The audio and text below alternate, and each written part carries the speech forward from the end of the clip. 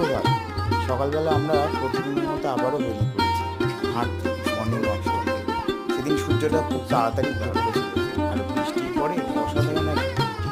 যাই হোক, দেখতে থাকুন আর আমরা রোজই এরকম সকালবেলা বেরোই, ভালো লাগলে ভিডিও করি। ধন্যবাদ, পাশে থাকুন।